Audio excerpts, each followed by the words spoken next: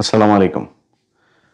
গতকালকে খেলা ছিল যেই কারণে হেফাজতে ইসলামের আমিরকে নিয়ে করা সে পোস্টের কোনো জবাব দিতে পারিনি। তো মনে করছিলাম যে একটু খেলাধুলা দেখুক, তারপরে একটু ঠান্ডা হয়ে তারপরে এটার জবাব দেই। কিন্তু গত ২ দিনের পরিস্থিতি যেটা দাঁড়িয়েছে মনে হচ্ছে যে গতকালকে খেলার আগেই এটার জবাব দেওয়া উচিত ছিল। যদিও যে উত্তেজনা আপনারা দেখিয়েছেন, এত উত্তেজনা দেখানোর বোধহয় আমার সাথে অন্তত এত উত্তেজনা দেখানোর কেউ নাই। এই বাংলাদেশের কোনো গণমাধ্যম, কোনো সাংবাদিক, কারো নাম যদি আপনাদের জন্য কিছু করে যদি কেউ থাকে, এটা সবার আগে এই অধমের নাম আসতে হবে। সো আমার ব্যাপারে কথাবার্তা বলতে গেলে খুব হুঁশ করে কথা বলা লাগবে। আপনারা যারা আ জনাব আ বাবুনগরী, উনার মহিবুল্লাহ বাবুনগরীর পক্ষে যারা কথা বলেছেন তারা বোধহয় সবাই হেফাজতের বা ইসলামী সংগঠনের লোক, যাদের খুব খারাপ লেগেছে। তো আপনাদের এত উত্তেজনা হইলে তো সমস্যা। আপনাদের উত্তেজনার ঠেলায় মাঝে মধ্যেই আমরা নিউজ পেপারে খবর পাই মাদ্রাসার পোলাপানরে আপনারা ধইরা বলাৎকার করেন।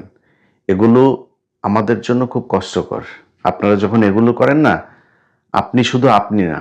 আমি যদি কোনো একটা মানুষকে ইয়ে করি না, দেখি না যে দাড়ি টুপিওয়ালা একটা মানুষ এখানে ধরেন রাস্তার মধ্যে একটা জিনিস ফেলে দিচ্ছে। বোরকা পরা একটা মানুষ, ভাই স্মার্ট হইতে হবে আপনারে। আপনারে দেখে আরেকজন মানে বিধর্মী যে আছে তার আকৃষ্ট হইতে হবে যে না ওর শরীরের মধ্যে এই পোশাক আছে, তার মানে ও মুসলিম, ও কোনো খারাপ কাজ করে না। কারণ আপনি পড়লেন বোরকা পইরা এরপরে পুত করে মারলেন পানের চিপ ইয়ে করে রাস্তার মধ্যে, চায়ের কফির ইয়েটা কাপটা আপনি ঢেলা মেরে রাস্তায় ফেললেন। যেমনি ইচ্ছা দাড়ি টুপি নিয়ে তারপরে একটা মায়া মানুষের দেখছেন হাঁ করে তাকায় আসেন তো আসেন, ওইখান থেকে আর চোখ সরে না। এগুলো যখন দেখি তখন খুব মেজাজ খারাপ হয়। আপনার ইসলাম পালন করার দরকার নেই। আপনি দাড়ি টুপি খুলে থাকবেন, যা মন চায় আকাম কুকাম করেন, মানুষ বুঝবে না আপনি মুসলমান নাকি হিন্দু। এটা বেটার আমার কাছে। সো আপনাদের যখন কিনা এই যে বলৎকার করেন, তখন আপনাদের ইসলামের এত তেজ কই যায়?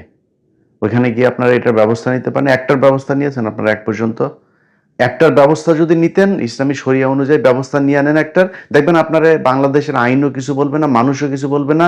সারা পৃথিবীর ওরা তো আসলেই ইসলাম পালন করে। এমনি আপনার ইসলাম যদি নাকি আবার এমন কিছু দেশ আছে না, ওই দেশের ওই আইন, শরিয়া আইন সব ওইখানে অন্য মানুষের জন্য। রাজপরিবারের জন্য কোনো শরিয়া আইন নাই। রাজপরিবার যা মনে চায় তাই করতে পারে। ওইটারে তো ইসলাম বলে না। ইসলাম মানেই জামাত ইসলাম না, ইসলাম মানেই হেফাজতে ইসলামও না। তো আপনারা যা বলবেন সেটাই ইসলাম হিসাবে আমাদের মেনে নিতে হবে, এটা মনে করি না। আপনারা যে কত বড় ঈমানদার আর কত বড় ইসলাম পালনকারী, এটা আমরা হেফাজতের রাতে দেখেছি। হেফাজতের রাতে ওই ঘটনায় বাংলাদেশের বহু মানুষের জীবনে পরিবর্তন এসেছে। আমি সেই রাতে ভোর ৫টা বা ৪টা আমার বাসায় অফিসের গাড়ি গিয়েছে। আমি আসার পথে আমি রাস্তা সব ব্লক। পুরো রাস্তা একদম উত্তরা থেকে পুরো এলাকা সব রাস্তা বন্ধ, শেষ। মানুষ ঢোকার অবস্থা নাই। এরপরে হেফাজতে ইসলামের এক কর্মী আমাদের গাড়ির একপাশে বসে তারপরে জানলা খুলে তার ওই পতাকা ধরে তারপরে চিল্লাইতে আমারে নিয়ে এসে পার করে দিছে। সেদিন লাইভে ঢুকলাম, ১ম লাইভ ৭টায়। সেই লাইভে যাওয়ার পরে আমি তখন জুনিয়র একজন সাংবাদিক। আমার অফিসের চেয়ারম্যানকে আমি তার আগ পর্যন্ত কোনোদিন দেখিও নাই, ওনার সাথে সামনাসামনি কোনোদিন কথাও হয় নাই। ওই দিন ১ম আমাকে ফোন করলো। তো আমাদের অফিসের কর্পোরেট যে ফোন নাম্বার ছিল সেটার ওনার নাম্বারটা আমার যতটুকু মনে আছে সবগুলো 0-র পরে বোধহয় 1। হ্যাঁ? তো আমি মানে এই নাম্বারটা একটু ভিআইপি নাম্বার মনে হলো। তো নাম ফোন ধরলাম, ধরার পরে স্যার বলতেছে যে, "ইলিয়াস আমি তোমার চেয়ারম্যান স্যার।" তো ঐদিন ১ম উনার সাথে আমার কথা হইলো। আমার এখনো স্পষ্ট মনে আছে উনি আমাকে কিছু কথা শিখিয়ে দিয়েছিল। "ইলিয়াস" ও না সরি দুঃখিত। এটা ৯টার সময় ফোন দিয়েছেন। আমি ৭টার লাইভে গিয়েছি। ৭টার লাইভ দেখার পরে ৯টায় উনি আমাকে ৯টার আগে ফোন দিয়েছেন। ফোন দিয়ে তারপরে বলছেন, "ইলিয়াস তোমার লাইভ সুন্দর হয়েছে। তুমি এগুলো যখন বলবা তখন বলবা যে এ এখানে তৌহিদি জনতার আল্লাহর রাস্তায় সবাই এসেছেন।" আরো মানে বেশ কিছু সুন্দর কথা উনি আমারে শিখাই দিলেন। এগুলো বলবা। ভাই ২১শে টিভির চেয়ারম্যান আব্দুস সালাম উনি তো ভাই হেফাজতের লোক না। উনি জামাত ইসলামেরও লোক না। বাট উনার সাধারণ লাইনে পড়াশোনা করা একজন মানুষ, আধুনিক জীবনযাপন করা একজন মানুষের আপনাদের জন্য এত খারাপ লেগেছে, এত ভালোবাসা জেগেছিল। বাট আপনার ওইখান থেকে শত মানুষকে সেদিন হত্যা করা হইলো।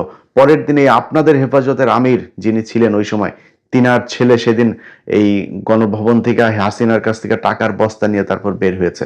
এটার নাম ইসলাম না। এইসব বালছালের ধনফনের ইসলাম আমাদের শিখাইতে আসেন না।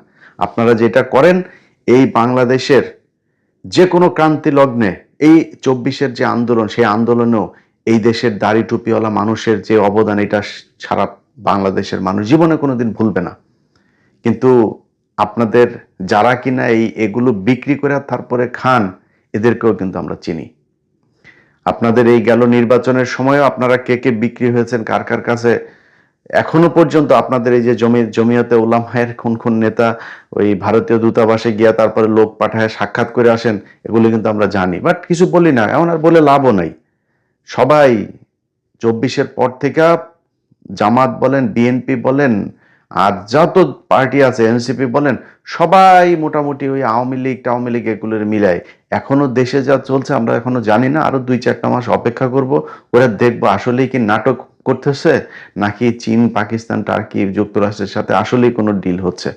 আমরা যখন আমেরিকার কথা বলি না, আমেরিকার কথা বললে আপনাদের অনেকের মানে মাথা গরম হয়ে যায় না। এই যে আমেরিকার সাথে আপনার বোয়িং কেনার হয়েছে, এটা নিয়ে অনেকের করেন না যে আমেরিকার সাথে কেন হবে। ভাই, আমি মানে আমেরিকার অনেক পলিসি আছে যেগুলো নিয়ে আপনি সমালোচনা করতে পারবেন, বাট আমার বাংলাদেশের প্রেক্ষাপটে যদি বলেন, এই যে 24-এর যে আন্দোলন, শেখ হাসিনা বাংলাদেশ থেকে বেরিয়েছে না, এইটার পেছনে যদি 50% আপনার অবদান থাকে, 50% অবদান আমেরিকার আছে।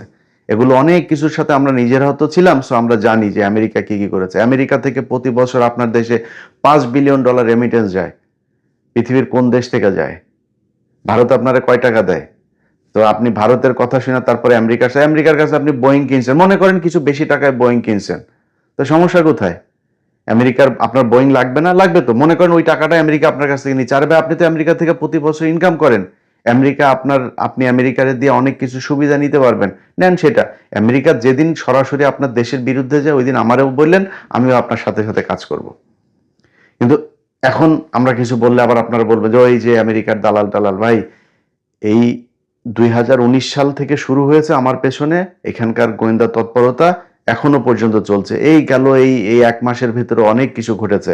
বাংলাদেশের বেশ কয়েকজন আলেমের ফোন আমি রিসিভ করি না, একজন সেনা কর্মকর্তার ফোন আমি রিসিভ করি না। আপনারা আমার এই ভিডিও দেখলে কাদের ফোন রিসিভ করি না আপনারা বুঝে নিন, আপনাদেরকে জানানোর মতো পরিস্থিতি আমার নাই। তাদের সাথে কথা বলা আমার একদম নিষেধ। এগুলো রিপোর্ট দিয়েছে কারা? আমার বিশ্বাস ডক্টর ইউনূসের কেউ এই রিপোর্ট দিয়েছে এখানে, নাইলে বাংলাদেশের গোয়েন্দা সংস্থা থেকে দিয়েছে, কোন নাই বিএনপির সরকারের কাছ থেকে দিয়েছে, কেউ একজন দিয়েছে। তারা চায় না এই দেশের যে আলেমরা এখনো পর্যন্ত জেলখানায় আছে সেই মানুষগুলো জেল থেকে বের হোক। হাসিনার যে জঙ্গি নাটক, আমাকে এখানকার সংস্থার সরাসরি জিজ্ঞেস করেছে যে তুমি এদের সাথে তোমার কিসের, আমরা যে এদের সাথে আমার কোনো যোগাযোগ মানে সম্পর্ক নাই, বাট এদের উপরে অবিচার হয়েছে, আমি ন্যায় বিচার চাই। বলছে কি হয়েছে? আমি তখন কয়েকটা ঘটনা বললাম যে দেখো এদের সাথে এই ঘটনাগুলো, এগুলোর মাধ্যমে তাদেরকে জঙ্গি বানানো হয়েছে। কিন্তু এই ঘটনাগুলো সব এই লাস্ট প্রিভিয়াস যে রিজিম ছিল সেই রিজিমের তৈরি করা আর্টিফিশিয়াল ড্রামা। সো এটা সত্যি কথা না। তোমরা নিজেরা করো, অনুসন্ধান করো, যদি নাকি তোমরা এখানে আমাদের কোথাও যদি আমার থাকার পার্ট নেওয়ার যদি কোনো সুযোগ থাকে আমারে বলো। আমি সেই ইলিয়াস হোসাইন এইখানে বসে আছে, এই দেশের আলেমদেরকে বাঁচানোর জন্য নিজের জীবনের উপরে ঝুঁকি নিয়ে তারপরে কথা বলেছে। আমার যদি কোনো বিপদও হয়, আমার যদি কোনো ক্ষতিও হয়, আমার যদি মৃত্যু হয়, সেটার জন্য আপনাদের কারণে হয়েছে, আমার ব্যক্তিগত কোনো কারণে। আমি যদি চাইতাম এখানে বহুত সুখে শান্তিতে থাকতে পারতাম। আপনাদের নিয়ে কথা বলার দরকার নাই তো।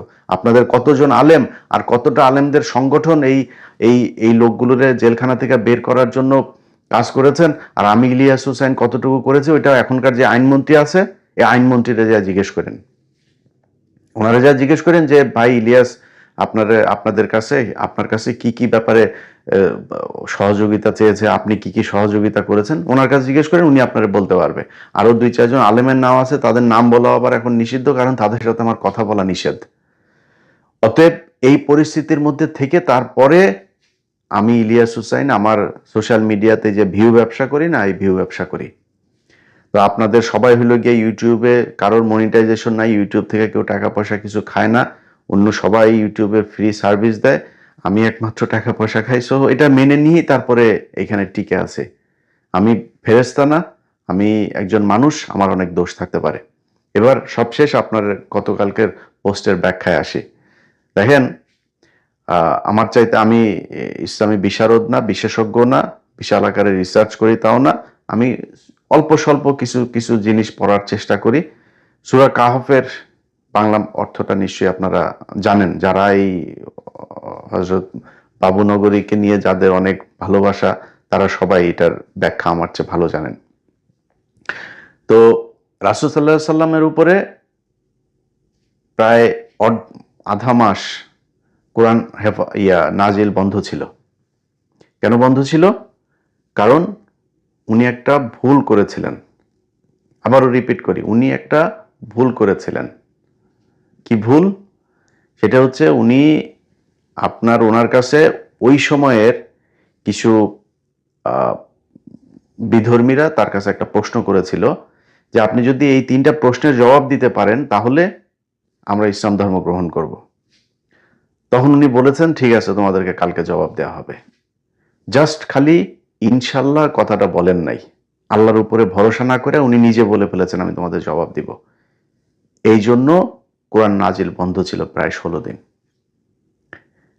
আচ্ছা, এবার আপনি আমারে বলেন, এই যে আমি বললাম এটার জন্য আমি এখন আগে তওবা করে নেই, যে আমি ভুল করেছে বললাম না, এটার জন্য তওবা করছি, আল্লাহ যেন মাফ করে দেন। আল্লাহর রাসূল এর চাইতে পৃথিবীর মধ্যে ওনার কাছে প্রিয় তো আর কেউ নাই। উনি ওনাকে দিয়ে এই ভুলটা না করাইলে পারতেন না? ভুল করাইছেন কেন? ভুল করাইছেন এই জন্য যে উনি আর আল্লাহ এক না। আল্লাহর সাথে পৃথিবীর কোনো কিছুকে শেয়ার করা যাবে না, কোনো কিছুকে আপনি প্যারালালি চিন্তা করতে পারবেন না, এটা যেই হোক। এই জন্যই আল্লাহ এই ভুলগুলো করিয়েছেন। নাহলে আপনি, ভাই, আল্লাহ যদি চাইতো একটা পাতা নড়বে না। আল্লাহ কেন করাইছেন ওনাকে দিয়ে? এইটা আপনাদের বোঝানোর জন্য। এই বিষয় নিয়ে কিন্তু ওই মওদুদী রহমতুল্লাহ আলাইহির এই ব্যাখ্যা নিয়েই কিন্তু কওমীদের সাথে দ্বন্দ্ব, যে উনি বলেছেন যে নবীদের অনেকের ভুল হইতে পারে, হ্যাঁ, কিছু ভুল ছিল। এই যে এই কথাগুলোর ভিতরে কিছু ব্যাখ্যা আছেন, এইটা নিয়েই কিন্তু যত দ্বন্দ্ব। ভাই, আপনি কোরআনের আয়াত আপনি মানবেন না? আমার চাইতে আপনি ভালো বোঝেন, আপনি এটা তো বুঝেন যে কেন এগুলো করা হয়েছে। আপনি একজন হেফাজতের সর্বোচ্চ নেতা বলেন, আর জামাত ইসলামের সর্বোচ্চ নেতা বলেন, আর আমি অধম বলেন, আর পৃথিবীর যত বড় ইসলামী নেতাই বলেন, সবাই ভুল করবে। ভুল হবেই, কারণ আমি মানুষ। ওনার ভুল হইতে পারে না? ওনার কোনো ভুল নাই? ওনারে নিয়ে সমালোচনা করাই যাবে না, বিষয়টা এরকম না।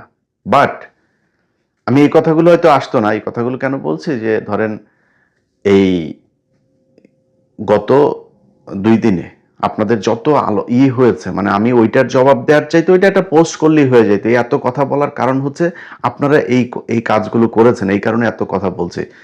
আপনাদের আলাপ আলোচনায় মনে হয় যে উনি হচ্ছে গিয়ে ফেরেশতা, ওনার কোনো ভুল হবে না, উনি কোনো মানে আহার নিদ্রা কোনো কিছু নাই, উনি সবকিছুর ঊর্ধ্বে, এরকম মনে হচ্ছে। যেই পোস্টটা করা হয়েছে সেই পোস্টের মধ্যে সবশেষ লেখা আছে, কি লেখা আছে? যে যদি অনুমতি পাই তাহলে বিস্তারিত জানাবো। ওই পোস্টটা করা হয়েছে রাত 3টা বা 4টার সময়, বাংলাদেশ মানে আমেরিকান সময়। এটা দেখেন, পোস্টটা দেখলে বুঝবেন ওই সময় আমেরিকায় কয়টা বাজে, তখন জানবেন। মানুষে জিজ্ঞেস করেন যে এই বাংলাদেশ সময় দুপুর 1টা বা 2টায় আমেরিকায় কয়টা বাজে। তো পোস্টটা করার পরে আমি ঘুমিয়ে থাকা অবস্থাতেই আবার এই পরিস্থিতি দেখা আমার অ্যাডমিন সেই পোস্ট ডিলিট করে ফেলেছেন। তো আমার ফেসবুক পেজ আছে অনেকগুলো এখন। এটা এই যে ইউনুস বন্ধ করার পরে আমার মনে হইলো যে আমি তো একটা দিয়ে আমার হবে না, কারণ একটা সমস্যা হলে আমার একাধিক পেজ রাখতে হবে।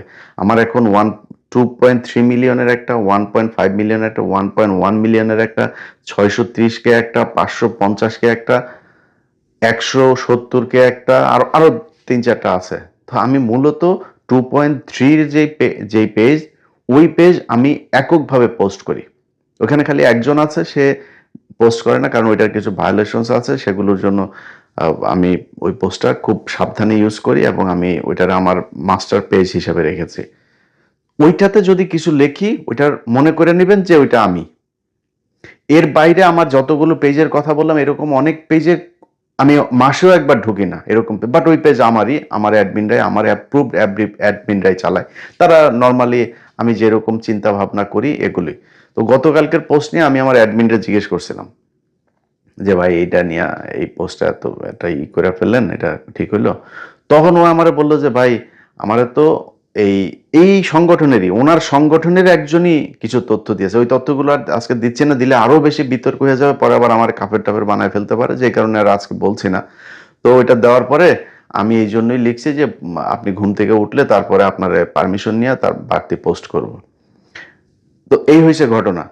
যাই হোক, এখন ওর হয়েছে যে আমি নির্বাচনের সময় ওনার বিরুদ্ধে একটা পোস্ট করছিলাম, মানে সাধারণ একটা পোস্ট আর কি, বাট ওনার বিরুদ্ধে। সেই পোস্টটা করার একটা কারণ ছিল। কারণটা হয়েছে এই যে এই একটা ভিডিও আপনারা দেখেন, এই ভিডিওতে উনি কিছু কথা বলছিল, এইটা শুনে তারপরে আমি আমার বক্তব্য শেষ করি।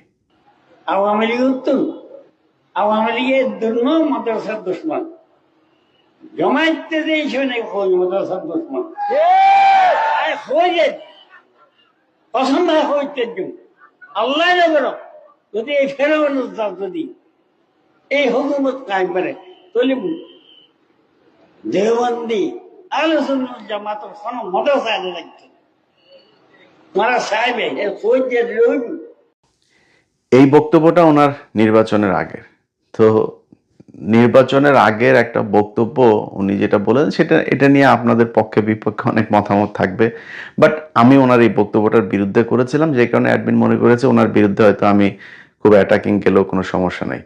দেখেন, হেফাজতে ইসলামের এই যে ব্যক্তি, এই ব্যক্তিরও কিন্তু এই সংগঠনে অনেক অবদান আছে। বিশেষ করে গেল 16 বছরে হযরত জুনায়েদ বাবুনগরী, আমারে যদি বাংলাদেশের আলেমদের মধ্যে বলেন যে শ্রেষ্ঠ, মানে শ্রেষ্ঠ আলেম তো না, মানে সবচেয়ে বেশি, মানে কট্টরভাবে যিনি মানে নীতি নৈতিকতা বোধকে ধরে রাখেন, তিনি হচ্ছেন হযরত মাওলানা জুনায়েদ বাবুনগরী, যিনি এই শফি সহ ওনার ছেলে এদের পাল্লায় না পড়ে, টাকা পয়সার লোভ না করেও মৃত্যু পর্যন্ত হাসিনার বিরুদ্ধে কথা বলে গিয়েছেন। উনি একমাত্র হেফাজতের নেতা যিনি কিনা এই হাসিনাকে যেই কওমি জননী উপাধি দেয় আপনার এই শফি টফি এদের ছেলেরা, উনি এটার প্রতিবাদ করেছেন, সেখানে জানো নাই।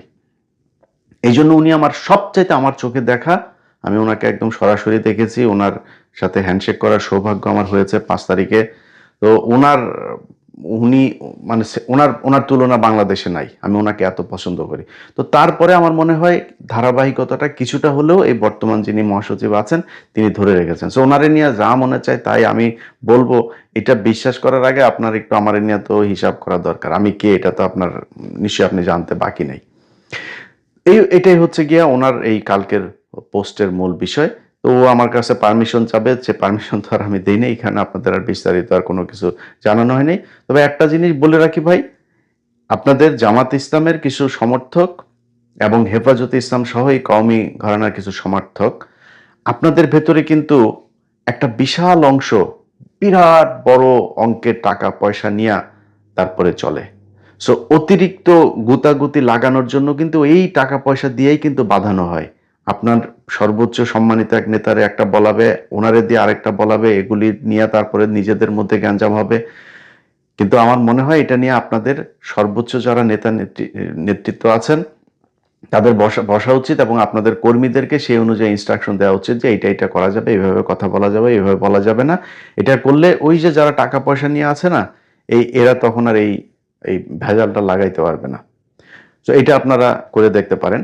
তবে এর মাঝখানেও যারা এই টাকা পয়সা নিয়ে তারপরে রয়ের হয়ে কাজ করেন, আওয়ামী লীগের হয়ে কাজ করেন, বিভিন্ন এজেন্সির হয়ে কাজ করেন, তারাও কিন্তু দাড়ি টুপি আছে আপনাদের মতোই দেখতে। সো এগুলোর এই বিষয়ে আপনাদের করতে হবে, যারা কিনা আপনাদের ভেতরে থেকে তারপরে দেশের ভেতরে অস্থিতিশীল পরিস্থিতি তৈরি করতে হয়, ইসলামকে বিতর্কিত করতে চায়, যে ভারতীয় আগ্রাসনকে আবার বাংলাদেশে প্রতিষ্ঠিত করতে চায়, আওয়ামী লীগের বয়ান প্রতিষ্ঠিত করতে চায়, তাদের ব্যাপারে সাবধান হইতে হবে এবং তাদেরকে আপনাদের চিহ্নিত করে মানুষের সামনে দেখাই দিতে হবে। আপনার দলের কেউ একজন, আপনার দাড়ি টুপিওয়ালা কোনো একজন ওই বাচ্চারে বলৎকার করবে আর আপনি কিছু বলবেন না, এটার নাম ইসলাম না। আমি কিন্তু সেই ব্যক্তি যে আপনাদেরকে প্রচন্ড সম্মান করি, আবার এই আপনাদেরকে ভিতরে যারা কিনা মানে জাউরামি যেগুলি করেন ওগুলিও কিন্তু আমি কিন্তু সবচাইতে বেশি প্রকাশ করি। এর আগে আপনাদের এই কওমি ঘরানারই এক আলেম পীর সাহেব, তারে নিয়ে আমি বহুত লেখালেখি করেছি, বক্তব্য দিয়েছি। তো তারে নিয়ে বললে নাকি আমি নাকি ধ্বংস হয়ে যাব, এই সেই হবে, বহুত কথাবার্তা তারা বলেছে। এই দেশের এই দড়ি বাবা, তেল বাবা, তারপরে বিড়ি বাবা, ল্যাংটা বাবা, এদের সবাইরে ল্যাংটা করার পিছনে কিন্তু এই অধমের হাত আছে। আমি যখন ক্রাইম রিপোর্টার ছিলাম না, আমার বিশাল একটা অংশ ছিল এই মাজার টাজার, এই পূজারি টুজারি এগুলোরে মানে ধ্বংস করে তারপরে একটা সঠিক ইসলাম বাংলাদেশের মানুষের কাছে গ্রহণযোগ্য করে তোলা। এটার জন্য আমি বাংলাদেশে থাকতেও আমি আজকে থেকে করি না, এটা বহু আগে থেকেই করি। তো এই ল্যাংটা বাবাদের মতো বাবারাও কিন্তু এই দেশের ইসলাম, তারা আল্লাহর হচ্ছে কি বলে নবীর উত্তরসূরি, বুঝছেন? সো আপনাদের ভেতরে এরকমই ল্যাংটা বাবার মতো ল্যাংটা বাবা কিন্তু আছে। আপনারা কাপড় পরেন, সুন্দর সুন্দর জামা কাপড় টাপড় পরেন, কিন্তু আপনারা ওই ল্যাংটা বাবার চাইতেও বদমাইশ ল্যাংটা। অতএব আমি আজকে যা যা বললাম আমার মনে হয় বুঝতে পেরেছেন। আমি ইদানিং যে কাজটা সবচেয়ে বেশি করি, অন্যের সমালোচনা করার চেয়ে আমি ইদানিং আমার নিজের মানে বিশেষ করে ঘুমানোর সময় আমি মনে হয় 1 ঘন্টা টানা আমি আমারই নিয়ে সমালোচনা করি, এবং আমি এই সমালোচনামূলক কথাবার্তা বক্তব্য টক্তব্য এগুলো অনেক কমাই দেবো। খুব গঠনমূলক নিজের মানে আয়ত্তের ভেতরে, নিয়ন্ত্রণের ভেতরে নিজেকে রেখে তারপরে কথাবার্তা বলবো এবং সাংবাদিকতা করব।